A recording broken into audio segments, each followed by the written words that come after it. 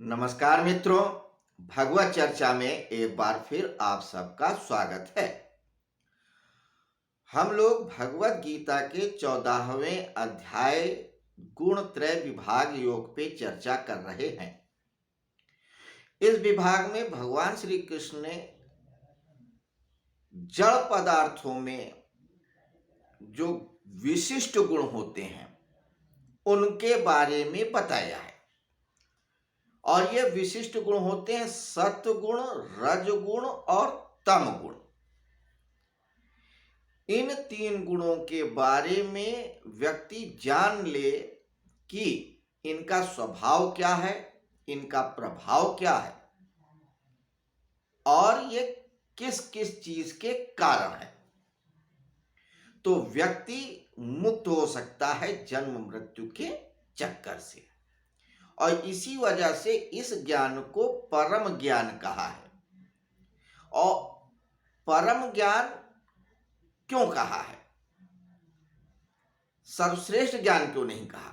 सर्वश्रेष्ठ ज्ञान कहा है इसलिए नहीं क्योंकि अगर सर्वश्रेष्ठ है तो इसका मतलब कि उसके नीचे भी कुछ है या उसके पार कुछ तो होगा।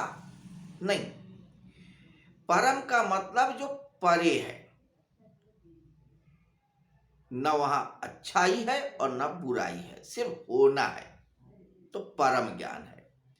दूसरी चीज, इस ज्ञान को प्राप्त करके उन्होंने कहा कि व्यक्ति या जीव मेरे सदृश हो जाता है, इसलिए भी परम है।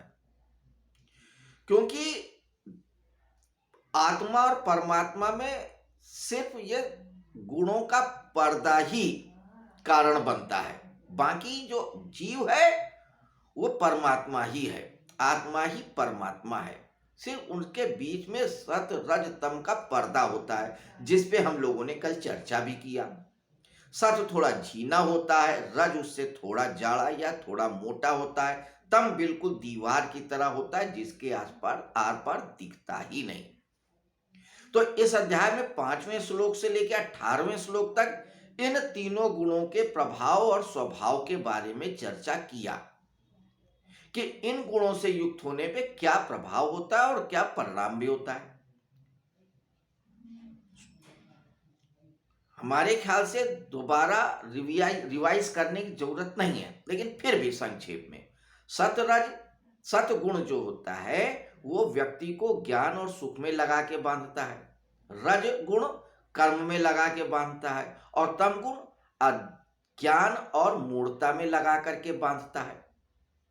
जो व्यक्ति इन तीनों गुणों के पार चला जाता है वो परमात्मा सदृश हो जाता है। यह पिछले श्लोक में बताया था 19वें में।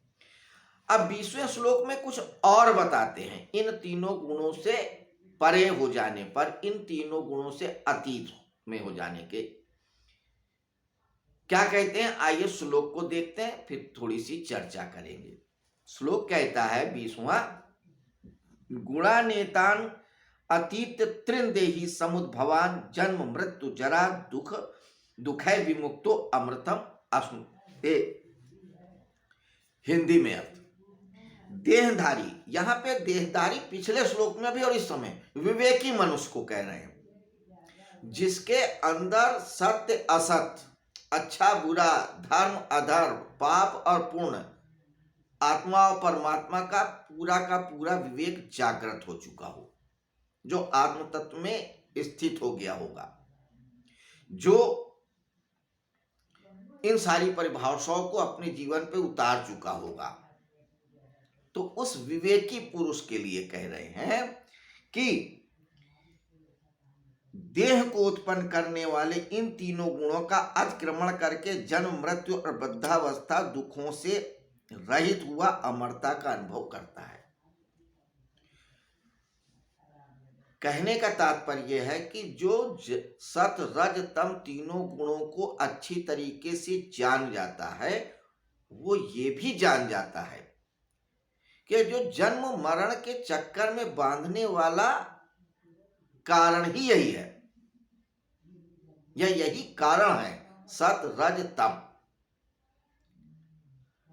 तो जो कारण को ही हटा दोगे तो फिर परम कारण में ही आप विचरण करोगे। ना रहेगा बांस, ना बजेगी बांसुरी। तो बांधने वाला कारण ही खत्म हो गया। क्यों? क्योंकि जीव सत रज तम को समझ गया कि यही तीन गुण है जो बांधते हैं। बांधते कैसे, एक बार फिर से समझ लें। बांधते कुछ इस तरह से हैं कि देखिए, आत्मा चैतन्य तत्व है और जड़ जड़ ही है। तो जो चैतन्य है वो किसी से बंधता नहीं, वो परमात्मा स्वरूप है, निसंग है, सर्वव्यापी है, सर्वज्ञ है, चेतन स्वरूप है और किसी से नहीं जुड़ता। और जो जड़ पदार्थ है वो जड़ ही है, मृत है, उसके अंदर कोई बोध ही नहीं है। जब बोध ही नहीं है, कोई जीव नहीं है, कोई कुछ नहीं है, तो जैसा है बस वैसा ही रहेगा। तो वो किसी से बंधेगा ही नहीं, क्षमता ही नहीं है। चैतन्य के पास ज्ञान तो है लेकिन वो बंधता ही नहीं है, तो बांधेगा क्यों? और जड़ बंध नहीं सकता है, तो बंधता क्यों? क्योंकि जड़ के अंदर एक गुण होता है सत रज तम का। वो गुण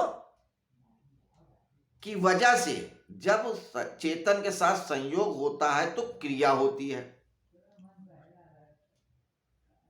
शरीर का सृजन होता है, संसार का सृजन होता है। तो जड़ और चेतन जब मिलते हैं तो जड़ में जो सतरज तम का गुण होता है, इनकी वजह से क्रिया हुई और क्रिया से शरीर बना, और शरीर जब बना तो फिर वो संसार भी उसके हिसाब से बन जाता है। हर व्यक्ति का संसार अलग होता है, ये भी आप समझ लीजिए। ऐसा नहीं है कि जो संसार आप देख रहे हैं वही संसार दूसरे जीव देखते होंगे। दूसरे जीवों को यह संसार विभिन्न तरीके से दृष्टि गोचर होता होगा। कोई जरूरी नहीं कि जैसा संसार आप देख रहे हो वैसा वो भी देख रहे हैं, ये एक अलग विषय है, विषयांतर ना हो। लेकिन ये सत्य है कि देह की वजह से ही संसार की प्रतीति है। जब देह नहीं तो संसार भी नहीं। देह कैसी भी हो, देह बहुत प्रकार की होती है। जैसे ये स्थूल शरीर है, फिर सूक्ष्म शरीर है, फिर कारण शरीर है, कारण शरीर में वैंधव शरीर है, फलान है, दिमाग, बहुत सारी। तक जब आप अध्यात्म में जाएंगे, तंत्र में जाएंगे तो पता लगेगा। क्योंकि शरीर तो देवताओं के पास भी है, पिशाचों के पास भी है, गंधर्वों के पास भी है, परम देवताओं ब्रह्मा विष्णु महेश के पास है, उनके पास भी है। भले सूक्ष्म शरीर है, कारण शरीर है, लेकिन शरीर तो शरीर। और जब तक शरीर है तब तक संसार है, और जब शरीर नहीं रहेगा तो संसार भी नहीं रहेगा। तो संसार का अनुभव शरीर से होता है। और शरीर क्यों होता है? क्यों? क्योंकि वो जड़ के अंदर क्रिया होती है, गुण होता है सत रज तम, उसी से वो बनता है। देवताओं के पास, परम देवताओं के पास सात्विक शरीर होता है, शुद्ध चैतन्य स्वरूप, लेकिन शरीर तो है। कहीं ना कहीं जड़ तत्व प्रकृति के तत्वों के साथ संयोग करके ही चेतन तत्व ने उस शरीर को धारण कर रखा है। तो जब कोई भी जीव हो वो तीनों तत्वों के पार चला जाएगा तो संसार भी खत्म हो जाएगा। और जब तक संसार है तब तक सब कुछ है, दुख है, सुख है, जन्म है, मृत्यु है, अच्छा है, बुरा है, दुकान है, मकान है, पुत्र है, बहू है, बेटा है, अपमान है, अपमान है, सब है। तो ये सब संसार शरीर की वजह से है। और शरीर क्या है? जड़ है, और जड़ में ये तीन गुण हैं। तो कुल मिला के भगवान यहां पे यही कह रहे हैं कि ये जो जन्म और मृत्यु का कारण है ये तीन गुण ही हैं। ये गुण ही वो वजह है जिनकी वजह से चैतन्य को बंधना पड़ता है या बंध जाता है, और चैतन्य को एक मुगालता हो जाता है, एक वहम हो जाता है कि ये मैं हूं, मेरी वजह से हुआ, मेरी वजह से है। अब पुराणों में पढ़ो, बहुत बार होता है, देवताओं को भी अहंकार आ जाता है। तो कथाएं हैं कि एक बार ब्रह्मा जी को लगा कि वो, विष्णु जी को लगा कि मैं बड़ा हूं, ब्रह्मा जी को लगा मैं बड़ा हूं,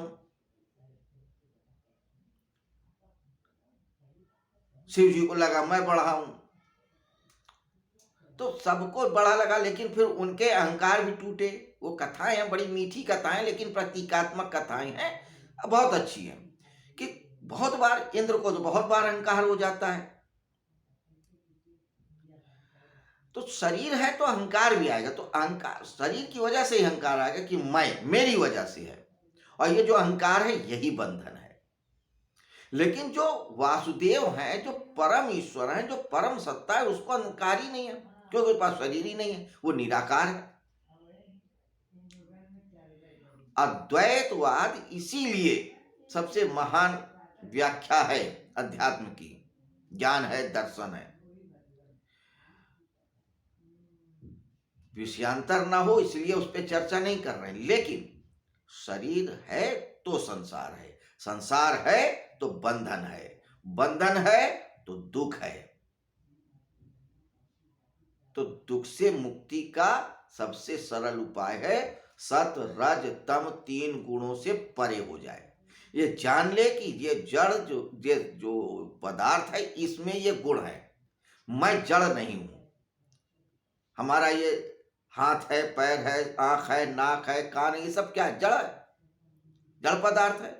इसके अंदर से जैसे ही चेतन तत्व बाहर गया, ये मिट्टी है। मन तत्व भी जड़ पदार्थ है, बुद्धि भी जड़ है। सिर्फ जो आत्मा है वही चेतन है, और आत्मा शरीर नहीं है। अगर शरीर ना हो तो आत्मा को कोई अहंकार ही नहीं है। शरीर का मतलब ये पंच तत्वों वाली नहीं, शुद्ध तत्वों वाली भी, देवताओं वाला भी शरीर न होना चाहिए। तो शरीर होगा तभी संसार होगा, फिर वही बात हो गई।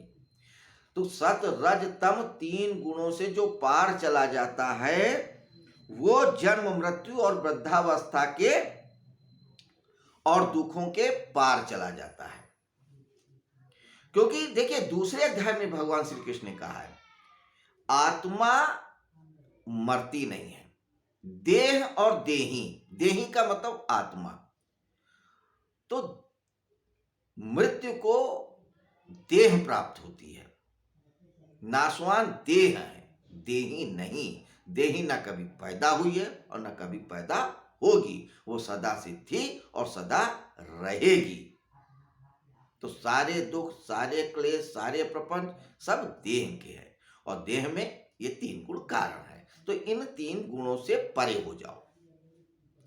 तो ये थी छोटी सी चर्चा 20वें श्लोक में। तो भगवान श्री कृष्ण ने 5वें श्लोक से लेकर 18वें श्लोक तक इन तीन गुणों के बारे में बताया, प्रभाव और स्वभाव को। फिर 19वें 20वें में इनकी वजह से क्या परिणाम मिलता है इनके पार जाकर के, वो उसकी चर्चा किया।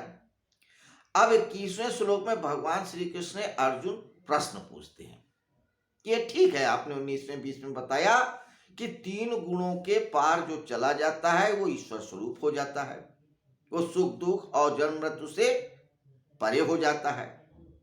लेकिन ये बताइए कि जो तीन गुणों के पार चला गया है उसको पहचाने कैसे, उसके सिम्टम्स क्या हैं, उसकी पहचान क्या है कि ये तीनों गुणों के पार गया हुआ व्यक्ति है। उसका उत्तर 22वें श्लोक से 27वें श्लोक तक देखते हैं भगवान श्री कृष्ण, जिस पे हम लोग आगे चर्चा करेंगे। तो क्या आगे प्रश्न करते हैं भगवान श्री कृष्ण ने अर्जुन, और क्या उत्तर मिलता है ये हम इसी तरह से आगे के श्लोकों में देखते चले जाएंगे। और वो क्या उत्तर आएगा इसको सुनने के लिए हमारे साथ आप इसी तरह से बने रहें, रोज शाम को भगवत चर्चा में इसी तरह से, और उस रस का आनंद लेते रहें जो है रसो वैसा है। गुड नाइट, शुभ रात्रि। कल फिर मिलते हैं इसी समय इसी जगह।